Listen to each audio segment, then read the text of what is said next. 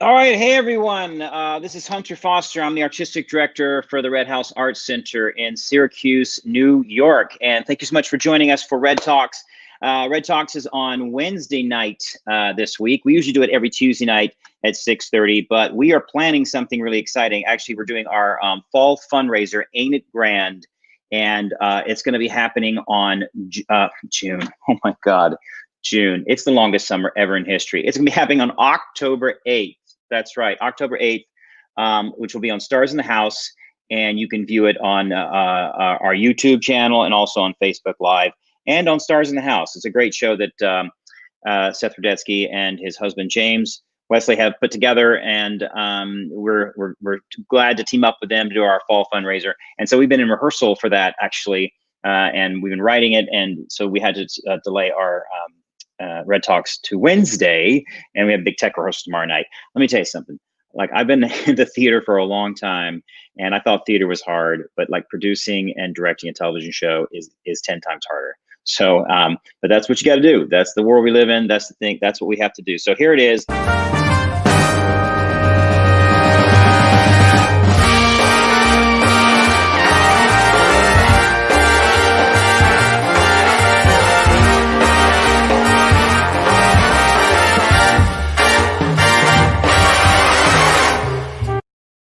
That's right. So that's a great promo that was put together by our marketing PR team. So the show is gonna be hosted by Fred Grandy and Ted Lange from TV's Love Boat, who played Gopher and Isaac on Love Boat. They're fantastic, great guys, and they've got great stories. And I hope we can keep the show under 2 hours. And it's gonna start at 8 o'clock. It's got some other great stars: Red House favorites Steve Hayes, singer-songwriter Maya Sharp, and my sister Sutton Foster will be on there as well. All of them via their homes. Obviously, we can't bring people in the theater, but we're gonna Zoom everyone in, and we're gonna have a great time. It's gonna be a great night. So please check it out.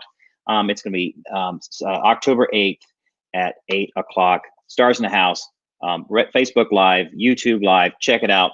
It's gonna be a lot of fun. Anyway, so before we bring on our guests, I just want to talk a little bit. And feel free to write comments. I'm actually, if you have questions or comments that you want to ask, feel free to do so.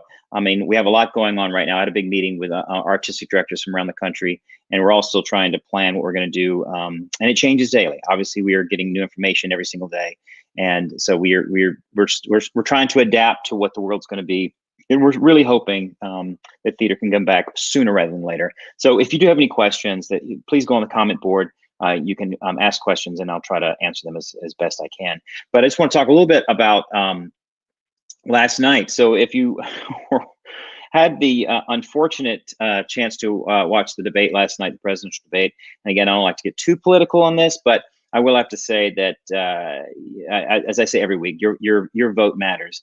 And I think most of the country would agree, no matter what side of the aisle that you were on, that last night was a disaster. So please go vote. Please make your voice known on the state and local levels, and all the way up to the presidency. This time couldn't be more important, that our voices are heard, that we take action, and we do what's best for our country. And whatever that is for you, just know that you have the choice to make change, so that we can hopefully avoid some of the things that happened last night, which was pretty one of the more upsetting, I think, moments I've had watching a presidential debate or anything that's sort of political. And I've sort of been a political junkie for a while now, and pretty much across the board, I think last night was a disaster for our country. So please vote. Mail-in vote. My wife and I got our mail-in ballots. We're gonna mail them in. It's totally safe. We've been doing it for a long time. Don't think that your vote doesn't count just because you're not going to be able to go to the polls. Okay.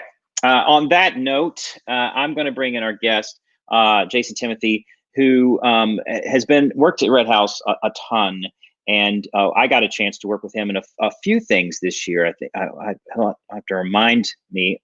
That's the banner. That's the lower third, and that's not the. Ah, there we go. See, that's the thing. I have a control room here and I have to push a lot of buttons. So I'm still learning how to do all that. But Jason and I worked on a few shows together. and most recently a Syracuse Christmas Carol, which we did this past Christmas. So let me bring Jason on. Hello, sir. How are you? Oh, I have to turn. There you go. Now I can hear you. So many people would have been happy if you'd left that mute button on. Trust me. Oh, really? Oh, I don't think so. Come on. I don't know. Maybe a couple at least. All right. So tell me a little bit about. So how long have you been with Red House? Oh gosh, someone said the year the other day in the conversation, and I remembered thinking, "Wow, has it been that long?" And I don't remember the year, but it was way back when the Syracuse district existed, and that was a partnership between the Red House and Appleseed Productions and Rarely Done Productions, and they had a festival, and I did an ensemble track in the Full Monty, and that was so whatever year that was, 20 somethings. 15, 14, I'm not sure. And how many have you done total? Now we've been through this. We went through this for the lantern ceremony, and there was some question, and I do not count some things that other people felt I should count. The official number that I'm going with is 18, although there have been other projects and other things that I don't think qualify for the scoreboard, so I'm leaving those off. That's right, because I think you and Crystal went at it, right? Because she had 14 or 15, and we didn't go at it. Wasn't there like a fight on stage to see who? So just to let everyone know who doesn't know, so we started a new thing that we do, a tradition that we do at Red House, and the person who has the most Red House shows gets what's called the lantern, the Red House lantern. The lantern has 6 panels on it. Each panel represents one of the shows from the season. Obviously, we didn't finish our season, so there's only 4 panels that have been painted. And so we have to go through and figure out who's got the most shows. And Jason had the most shows for Christmas Carol. But then there was a dispute because someone thought that Crystal may have had more shows. So then I was like, oh, I don't know who it is, but it turned out to be you, right? Yeah. So Crystal and I did not go at it. She slipped in stage fog. That's what happened on stage. I had nothing to do with it. Right. There may have been a little extra stage fog that night, but we actually went in and we had discussed and kind of counted what were we counting, what weren't we counting. But we were very, very close, and I adore Crystal and would have been equally happy to see her responsible for turning on and off the lantern nightly. Now, did you turn it off on and off nightly? Did you? Because Tamar didn't. Tamar kept forgetting. There were a couple of times where, now I live very close to the Red House, so I walk to the theater. And there were a couple of times where I would be a couple blocks away from the theater and I would just pivot and march my way right back in to get it off. But I think with the exception of one night when I sent a text to Cynthia, I think I handled it fairly well. Cynthia Reed, our lovely stage manager, who one of my favorite people. Yep, she's amazing, and yeah, she was great for us this season. She stage managed all 4 of our shows, and was in the midst of stage managing number 5 when we had to shut everything down. So you've been quite active.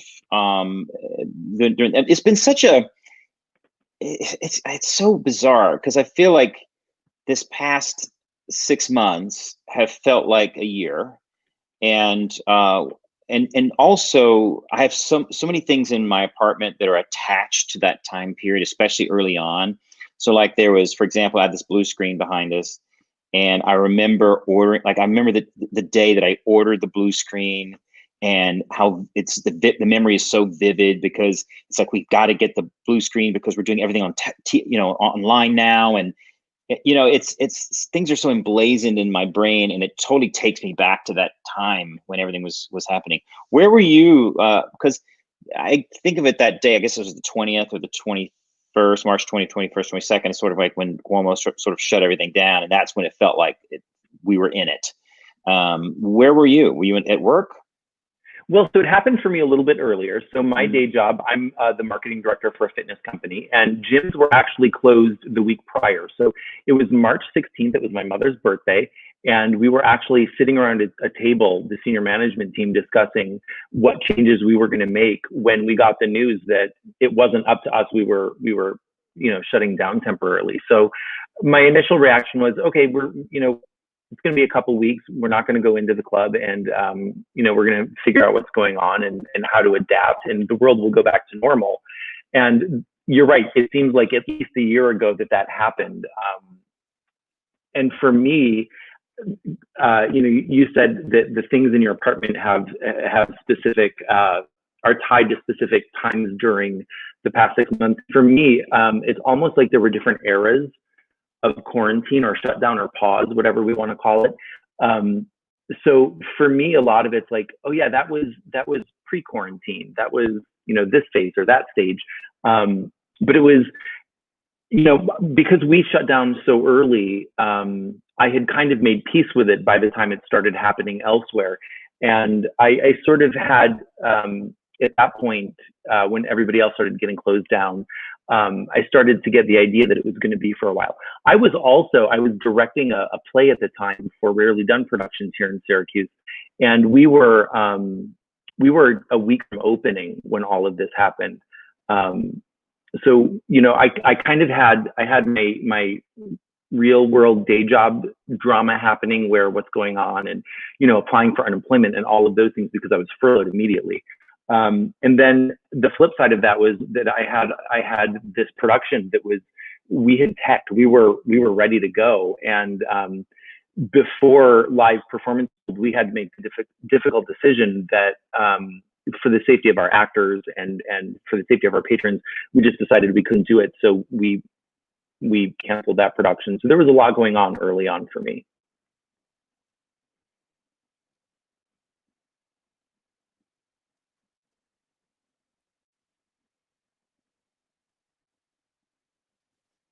Oh, I hope this isn't a connection issue on my end. I'm not hearing you.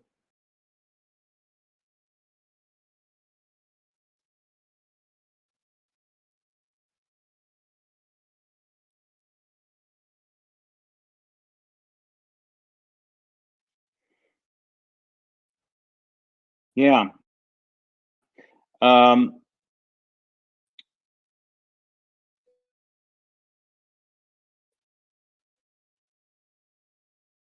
you?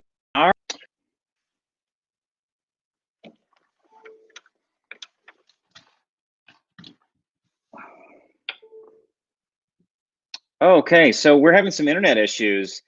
Sorry about that. That's just what happens. Are you still there? Can you hear me? I'm here. I hear you now. My God, it's so, that's what happens. You're 1 minute you're fine, and it's 6:45, and everyone jumps on the internet, and all of a sudden, it goes in and out. And I'm in an apartment building, and so that's what happens. Okay, so we had a little technical difficulties, but we're back. So you've been very active, obviously, with Black Lives Matter, and since in fact, when we went to the rally in Syracuse, and we saw you there, Jen and I, but you've been very active in all the marches and the protests that have been going on for a while. How did you immediately, after George Floyd's murder, were you involved before that, or did that inspire you? Like, how did you get so active with the Black Lives Matter movement? So I guess, first of all, my involvement specifically early on was with a local group here called Last Chance for Change. And while it's kind of you to say I was very involved, I think everybody has what they're comfortable doing and what they're capable of doing. For me, excuse me, I've always been interested in social justice in general. It's something that's important to me. It's something that affects me personally. It affects people that I love. And so early on, when after the death of George Floyd, we had time on our hands, which I think was something that made this particular moment in time very unique and very special. Was so many people had time to really pay attention to what was going on, and not just to pay attention, but then to react. So for me, I was enraged, as a lot of people are, and have the time to really look into the history of what policing in America looks like, and how the systems are set up to protect not necessarily the citizens, which we're raised thinking that the police are there to serve and protect you, and I think that is the intention at some level. But here we are in 2020, and the reality is that we see very clearly a difference in the way that people of color are treated by law enforcement, and a difference in the way that the systems and policies affect people of color. And so I was enraged. I was very, very angry. And so I was out for a bike ride with my husband. We did a lot of bike riding early on during the pandemic, and I saw a very small cluster of people outside of the Justice Center in Syracuse, and they had signs. So we continued our bike ride, got home, and I thought, you know what, I'm just gonna run a case of water over, because it's warm out, and I don't know how long people are going to be out there. And I walked over with a case of water, and I didn't leave for like a month. It was kind of a community, and that was something I was missing at that point in time. Not that I don't love my dog and my husband, but I needed a little bit of outside influence. And here were these like-minded, passionate people that were willing to stand up and be seen and heard for a cause that they believe in. And not only that, but what's really unique about the movement here in Syracuse is, while there is a lot of attention and priority given to what's happening nationally, there's also a very, very astute awareness as to what's happening on a local level. And so I learned a lot about what was happening to people here in Syracuse and the citizens of Syracuse. And I on the days that I could, I got out there, and it felt good. It really felt good to march through the streets and holler and scream. And I think that's really what I needed at that point to, for me, it was kind of a reckoning. It was like, yeah, I want to be out there and I want to be supported, but there was a lot of internal work that I was doing, and that marching and that yelling allowed me to do a lot of that work. So for me, I think the greatest thing that came out of that whole experience is I really got to learn how I could be better personally. So, it's funny when you had originally emailed saying you wanted to talk about creating an activism, and I thought, I don't really consider myself an activist. I consider myself a student, and I think that the best way for me to learn the things that I needed to learn right now was just to be in the thick of it.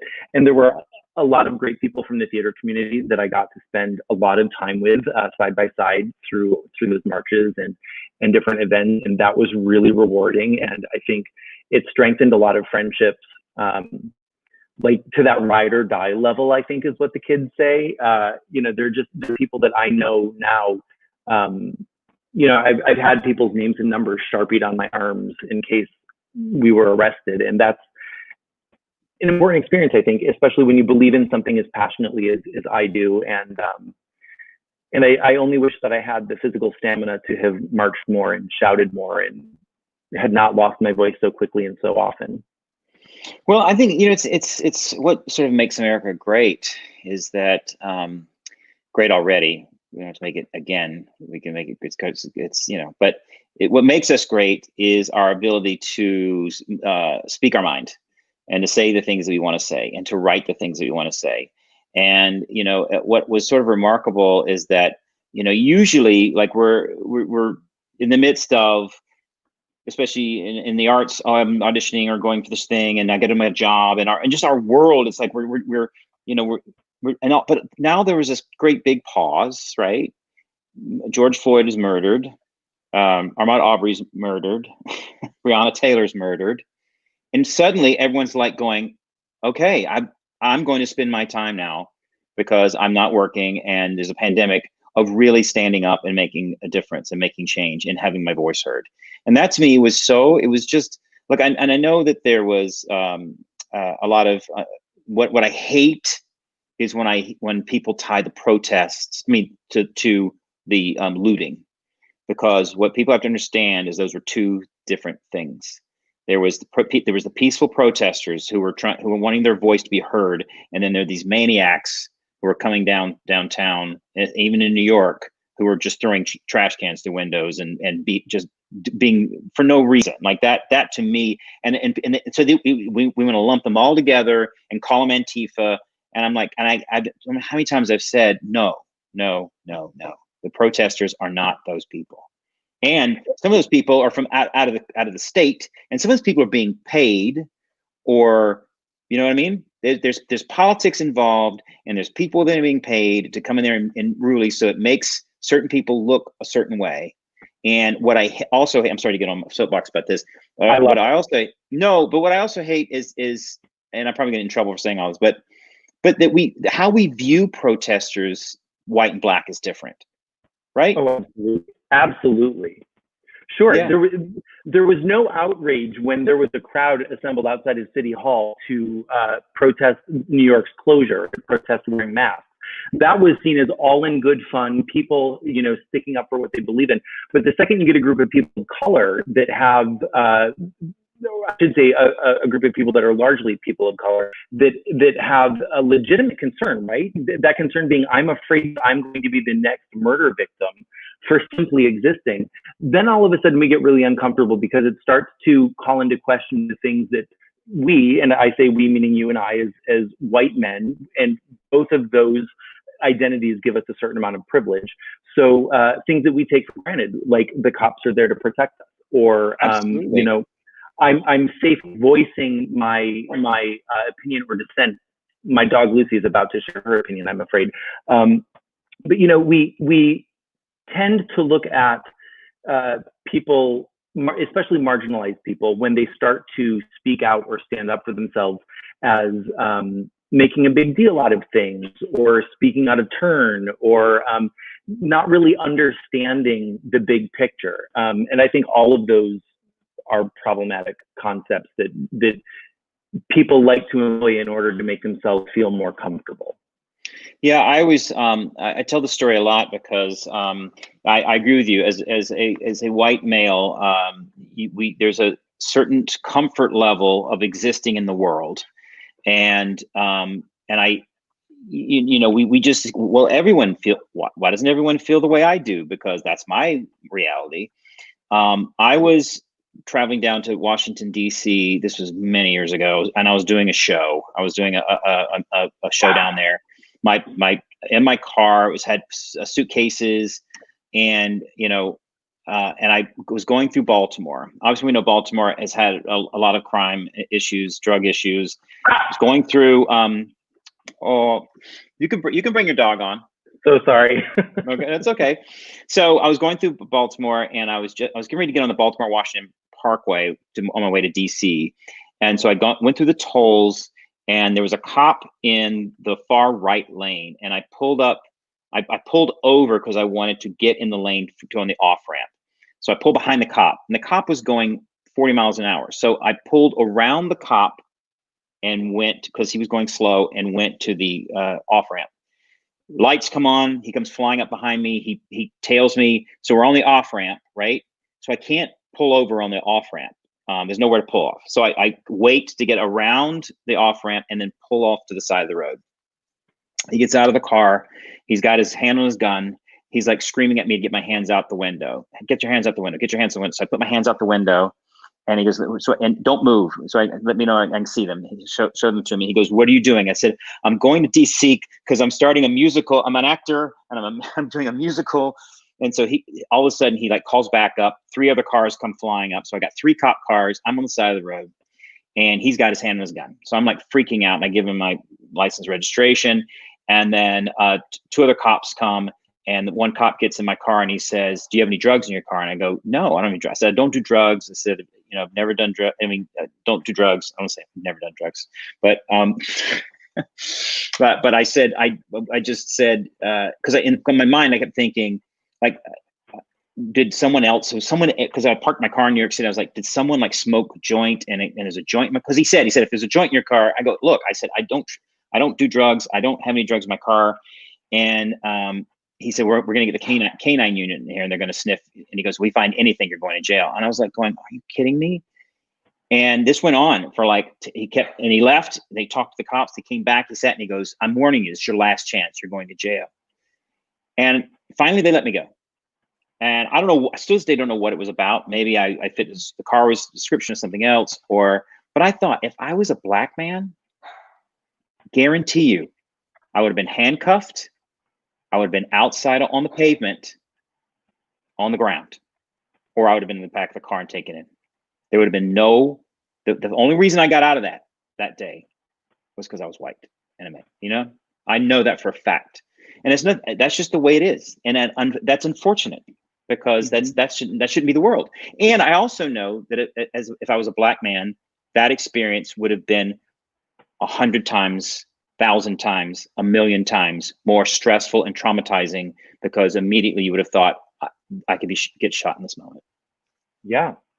And that's the reality for so many people, that, you know, we're able to take that for granted and say, this is a story now you tell about that time. Now I have to ask, because we're talking about activism, but I'm always going to be a theater nerd. Kiss of the Spider Woman? Yes, Kiss of the Spider Woman. That's right. So little did he know, you really were headed to jail, just not in the way that he meant. So back on subject. So that's exactly right. The reality is that, you know, it's not like I've stalked you in your career for years and it's just getting all creepy on TV here. By the way, just for anybody who doesn't know, this is signed by almost the entire original cast of Little Shop of Horrors, one notable exception. So we won't talk about that. The reality is, so many people live their lives every day saying, you know, do I go into the store? You know, is there, who's security in the store? Is it a white man? Are they going to trail me? Am I going to feel uncomfortable? And am I going to be accused of something I haven't done?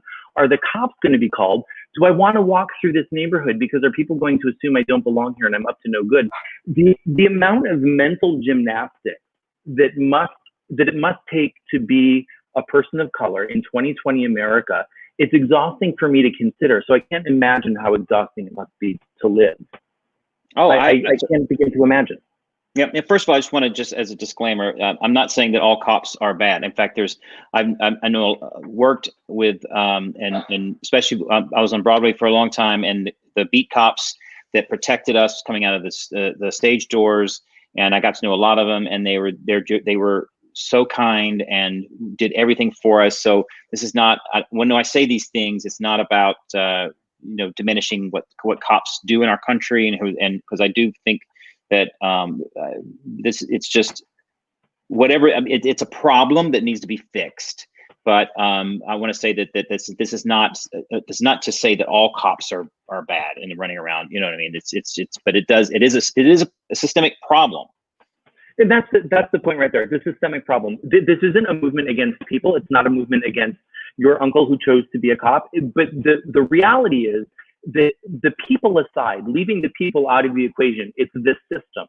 It's the laws that are in place that protect the police officers to the extent where you can walk into the wrong home and shoot a woman who is asleep in her bed and walk away without any repercussions whatsoever. That's not, being angry about that doesn't make you anti-cop. That makes you anti-bad system. And that's the reality, is that we're living with a very deeply flawed system. And it's not a system that's gone wrong. The fact of the matter is the system evolved back from the days of slavery. The system has just evolved, and things have, you know, that white people have done really, really well along the way.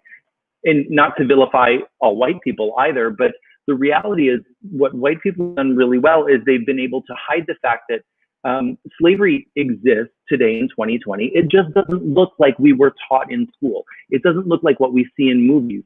It's different now. And the reason we have these movements against these specific issues, instead of being able to say, hey, this isn't right, we should fix this, it doesn't get fixed because the systems are in place to protect the elite. I mean, you know, the reality is, you were saying that, you know, at the beginning of this, when all of a sudden people had time on their hands and we see people being killed and we're like, great, we're going to use this time to advance this social cause.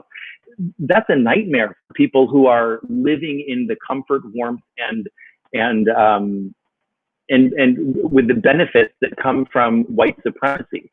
And, you know, to deny its existence is a privilege. You know, to say racism doesn't exist because I don't personally experience it. There are a lot of things I've never personally experienced that I know full well exist. I don't need to have that experience to believe in it. And the same is very true of racism. But to your point, yes, I have police officers in my family. I have good friends who are police officers. And I have lots of respect for them. And I know that people get into that career for all the right reasons. Not all of them, a lot of them, you know, they want to serve, they want to protect. We need those people to stand up and say, I can't do my job effectively within a system that doesn't allow me to serve and protect everyone. Yeah, I always, it's the same thing of, you know, when I was a kid, you know, I remember riding in a car My dad says that there were no car seats. One of the cars didn't even have seatbelts. And some people I knew drove around drinking beer in their cars. And then when people get killed in car accidents or drunk driving, or kids are getting killed, then you sit there and say, okay, what's the problem? How do we fix it? Okay, kids should be in car seats. Okay, maybe we shouldn't drink.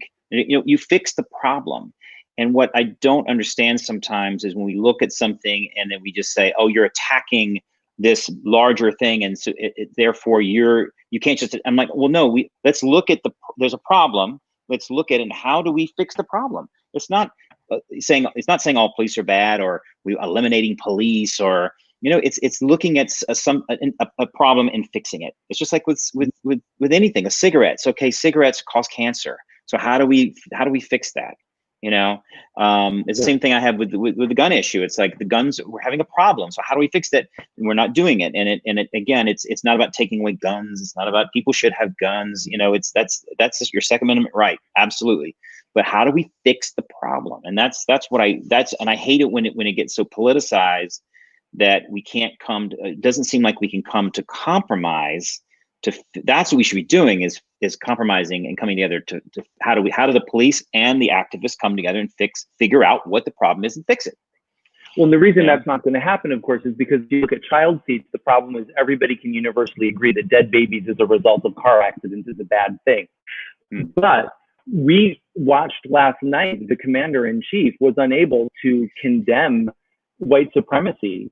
I mean, he literally told his good old boys to stand back and stand by, or something similar. I may be misquoting, but the reality is until it's a problem that is shared, you're not going to get everybody on board with addressing it. And I think that's why it's important, as you said earlier, that people get out and vote. I think it's important. I've spoken to a lot of people that plan to get politically involved in ways that they weren't before. Even running for office, and I fully support those friends of mine that have said that, and I'm very excited about that. I was just saying this to my wife the other day. I'm like, I guess we grow up thinking, oh, those people that are in charge, that are in Congress, that are presidents, that are judges, that they're those people, and we don't have the qualifications to do that. But you look at something like the House of Representatives, which is made up of 450 whatever number of seats, and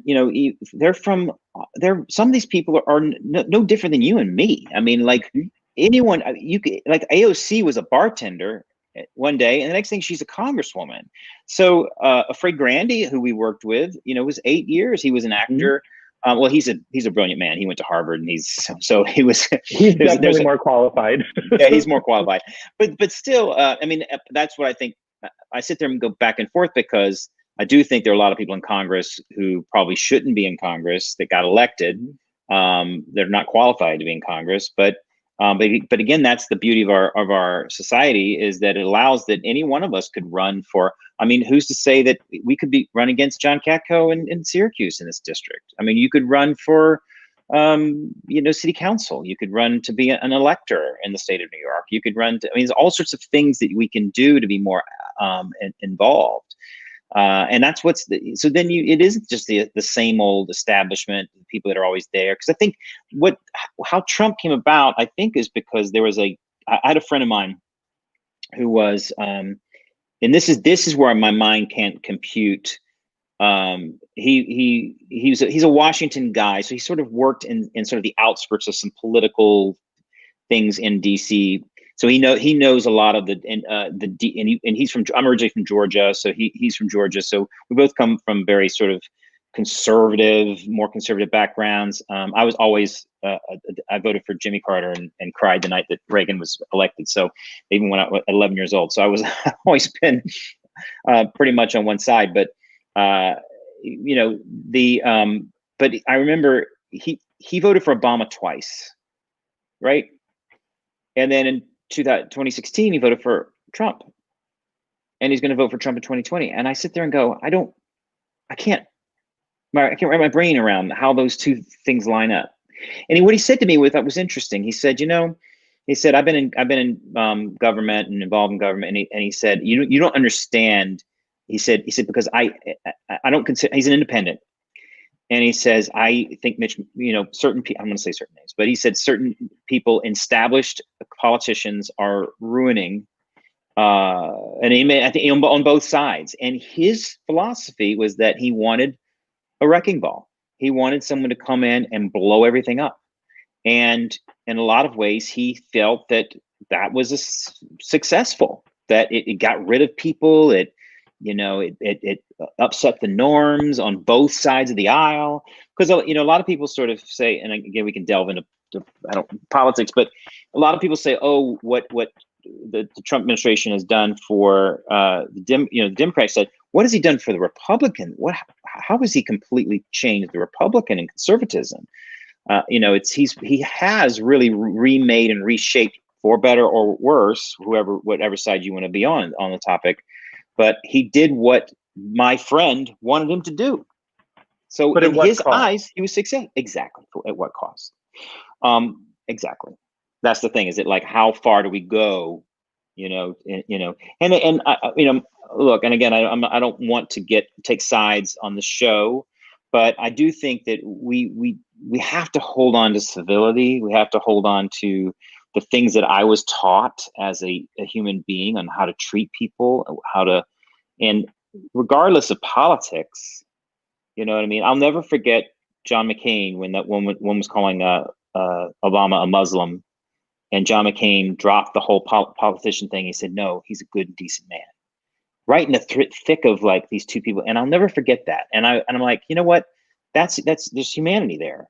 And we cannot lose our humanity in this country, regardless if you're red or blue or whatever. And that's what and again, that ties in also to Black Lives Matter as well, because we have to understand that Breonna Taylor had a life. Mm-hmm.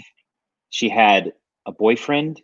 She had a job. People loved her. She had a mother. She had all these things, had a life. She was young. She had her entire life ahead of her. And that was all taken away from her in one night because of miscommunication, or, it doesn't make sense. And that's not fair. That's not fair that Breonna Taylor's life was not valued enough, and it was taken from her. She was taken from this world, because that to me is, and for us to sort of like, I also think it's how we deal with it, because we don't have a great history of dealing with these things. It's usually, we just don't, and I don't want to get into the weeds about what the, letting the officers off, but, we also have to, because I think that if you hold people accountable, then hopefully that will change the next time. So then someone, like the body cams, at least were a result of something that happened. But we in theory, I agree. In theory. The problem is, the reality is, where's the body cam? One day there's no footage, the next day there's footage. One day we can have the footage, the next day we can't have the footage. So all of those things that, all of the rules and systems are in place, so that regardless of the tools and resources, until we fix the system and the structure that houses those tools and resources, we're not going to make the progress that we need to make, so that people can feel safe. And I have to go back just for a second, because I would be remiss if I did not say, while I love this story about the defense of Obama, that being Muslim and being a good, decent person are not mutually exclusive. So while that's yes. It's a great story in terms of the defense, but I just think we should be clear about the fact that those are yes. not mutually exclusive identities. Absolutely. And I don't think McCain meant that. I think not. No, I think because she was using Muslim in a derogatory term. She was saying, "Oh, he's a Muslim," and those Muslim, like I think that's how he was interpreting it. I have no idea, but because I think that you're right. You're exactly right, and I want to definitely make sure that it's not a. No, it's like but it still was a moment of humanity that I think is missing right now. Absolutely. And it's missing not at the top. It's missing, I think, even in how not respectful to some of the people that have died, whether it's RBG or John Lewis or Elijah Cummings, or it's this not letting politics sort of rob you of your humanity, and that we can be tribal, but we also have to respect and and know that you may not have agreed with these people, but these people were, especially, you know, all three of them were sort of the things that they did for our country, you know, and it's a shame we lost all three of them. So I just, you know, when we lost RBG, I was like, oh man. Yeah, that was a rough night. That was a rough night for me. I got a text message and was not good for a solid 12 hours. That was, yeah, but how sad that so many of us were dependent upon this woman who had overcome cancer how many times at this point, who had worked so far into what should have been her retirement years, that we were dependent upon her hanging on to just feel safe in our homes, in our country. I mean, it's so indicative of what the problem is in general. And to your point, you know, with regard to humanity, we have to stop behaving as though the Democrats are going to win, or the Republicans are going to win, or the protesters are going to win, or the cops are going to win. And it's not until everybody figures out how to work together for the common good that anybody is going to win. I mean, we're all going to lose until we figure out how to work with each other and treat each other civilly and have conversations. You know, I wish we had seen conversations last night. You know, it's not, there was no not just as here on the ground, none. But that's what I'm saying, is that last night did nothing. It absolutely, there was nothing you could take away from that debate. Not one thing that you could take from either side and say, that's where our country, it was just a mess, an absolute mess. And so many people were writing on, you know, I was monitoring Twitter as the whole thing was happening, in Facebook, and people were just like, I'm on my third bottle of wine. I'm, you know, I'm throwing things at the TV. It's just, and on both sides, you know, on both sides of the aisle. Like there was some Republican, I think David Brooks, even the New York Times, you know, saying is one of the worst debates of all time. It was just a horrible night. And I kept thinking, you know, this is where we're at. This is something that is, talk about being systemic. This is something that's infected us. You know, Fred Grandy makes you know, he was an 8-term congressman from Iowa, and who we worked with, obviously, in Christmas Carol. And he said, you know, the interesting thing was, back in his day, and he said he was on a committee with Nancy Pelosi. He was a Republican, and he was on a committee with Nancy Pelosi and other things. He said we could disagree and fight. He said, but at the end of the day, we would say, how's your kids? And we'd have a drink and we'd talk. And it was this thing of like mutual respect for each other. And he said, now it's so tribal. It's so like, we're huddled over here and we're huddled over here and we're not going to give in. And he said it's, I mean, it sort of changed a little bit towards during the Clinton years, with Newt Gingrich. And so people became no and took a hard line. And again, I'm talking about both sides. I don't want to just put it on one side, but it was a hard line of like, this is what I want, and I'm not going to give in. And then they said, well, if you're not going to give in, then I'm not going to give in. And then they've just been stuck in these political trenches now, for a long time. And I think that's why, you know, we automatically politicize masks. So to wear a mask is you're a Democrat, and to not wear a mask, you're a Republican. It politicizes climate change is politicized. I mean, climate change affects all of us, for God's sake. Yeah. But the Black Lives Matter movement, it's like, you know, Antifa is a buzzword, and then the Boogaloo Boys is another word. It's all these like these people that are gonna, you know, these boogeyman that we keep creating. And you know, as opposed to, okay, you know, what we should have done as a country is, okay, George Floyd, Breonna Taylor, Ahmaud Arbery they were all killed, and how do we fix the problem as a country, you know? And that's just not that's not what we're doing. It's their fault, and you know, we're going to run over here, and you're going to run over here, and we're just going to, you know, it's endless rhetoric and endless gaslighting and endless but what about, and it's exhausting. Yeah, it really is. And so, well, let's, you know, we have a few minutes left. I know you've been doing some stuff online as well. Like I've seen you have a show as well, or you've been doing a show you've done some readings, and tell us a little about creating during the pandemic as well. Well, as I mentioned, so I was directing a piece, Vanities, for Rarely Done. And when that got shut down, we were kind of scrambling and, you know, paying attention to what everybody else was doing to figure out how we were going to stay active. Because I think that if you're a creative person, which we are, you know that you're going to keep creating. And the best thing that you can do is maintain some sort of control over that. So we thought, you know, what can we do to keep our community active and keep people engaged? So we set up a reading group just to do really informal, unrehearsed readings together.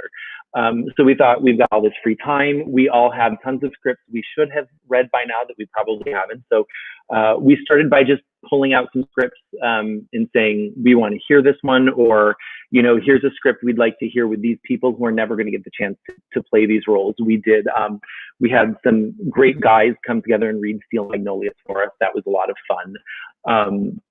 And we also, what was really great and what I'm really excited about is our friend Tamar Underwood, who is an amazing actor, an amazing director.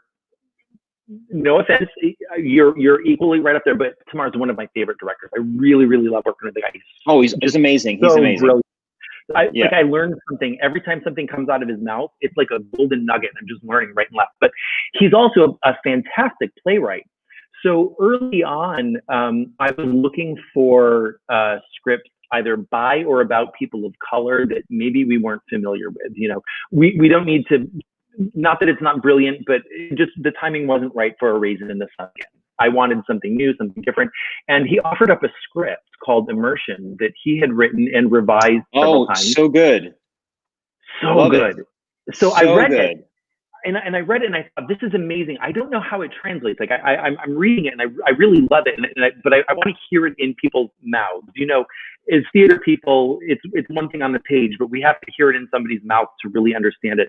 And so I got two fantastic local actors together to read it. And Tamar was great. And, you know, he watched it because he wanted to hear the script out loud again. And I'm just so excited about how amazing it was. And I really, I'm going to figure out a way when live theater is back in our community, I'm going to figure out a way that we are going to make sure that a staging of that piece happens, because it's brilliant. The actors that worked on it were so good. But yeah, so we were creating that way. We just, you know, no costumes, no sets, no rehearsal, just getting back to the nitty gritty and exploring text and hearing lines read aloud. And, you know, there's a certain, you know, I think about Christmas Carol, and we were waiting behind the curtain as the prologue happened every night. And there's that moment where you kind of flip the switch in your brain and you know what's going to happen for the next 2 hours. You've got very specifically in your mind, you've got this track all laid out, and you know what's happening on stage, what's happening off stage, where the changes are, the quick changes. I had a couple of those. And once it starts, you kind of go into this place where it just plays out. So often in performance, we don't get to experience what we do in rehearsal, which is where we get to plan, we get to perform, we get to create. And what was cool about this experience with the readings was there was none of that automatic performance mode. It's just happening. It was all very in the moment. And, I got to hear some wonderful people that I love do some really interesting things, and it really revived my love for text. I admit I'm a musical guy. I need an overture. I really like a good, strong opening number, but this really revived my love for some dramas and some comedies with no music. Yeah, I spent a lot of time during the quarantine, pandemic, the pause, whatever you call it, reading plays, because I always sit there and say I don't read enough plays, and I read so much. So I read 6 books, and I read I don't know how many plays, which is great, because I was like, because I learned a lot from reading novels, because it's telling a story is what we're doing, right? Everything we're doing is telling a story. And but even when I, especially reading novels, is when I get what inspires me, and how I sit there, okay, this is how we should tell this story. And so even when I'm like thinking about doing a show, I always thinking about it on like novel terms of like, how are you telling this story? And it was great, because, you know, I normally don't get as much time to read those things. So that's one thing that I got from it. But I agree with you. Immersion is a great play. And So I talked to him. I'm like, I want to, you know, but, you know, he's got other plans with it. So I don't know. I want it.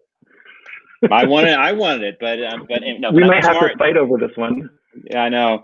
But tomorrow is so we've so Tamara is now is an associate artist at Red House.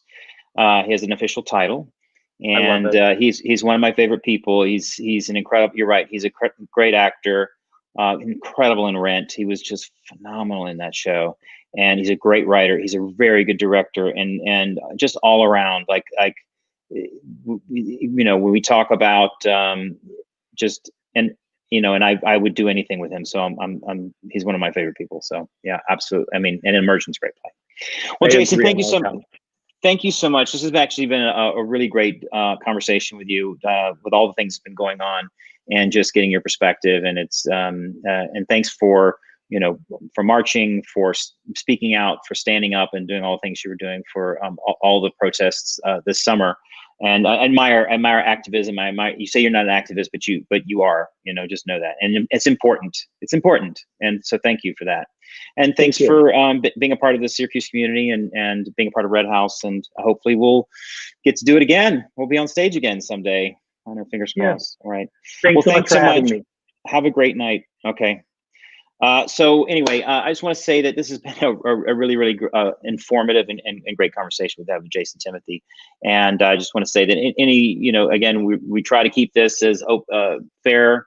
And again, we don't want to. I'm not trying to politicize anything on this show. The show isn't about that. Even though we did sort of talk about some politics tonight. But ultimately, it's about what's best for our country, what's best for us as a community, and what's best for us as for humanity. And we hope that whatever side you on, and whether that we all come together, and we understand each other, that we listen to each other, which I think is a big issue right now. That we understand each other, we listen to each other, and we can come to some sort of an agreement that works best for all of us. And I'm hoping that we can end, the systemic racism that is, leading to the unfortunate deaths of people that are looking, someone especially like Breonna Taylor, and all of them. Sorry, George Floyd, Ahmaud Arbery, everyone who's lost their life, and shouldn't have. That we can come to some sort of solution to fix the problem, both left and right, cops and protesters. We need to come together and fix this. As I always say, wear your mask, stay 6 feet apart, keep doing what you're doing. We're going to come out of this sooner rather than later. I know it. I feel it. I have faith. We're doing everything we can to get ourselves back into the theater, and I'm really hopeful that one day we'll all be there together to share the wonderful thing that's theater. And just remember, we have Ain't It Grand.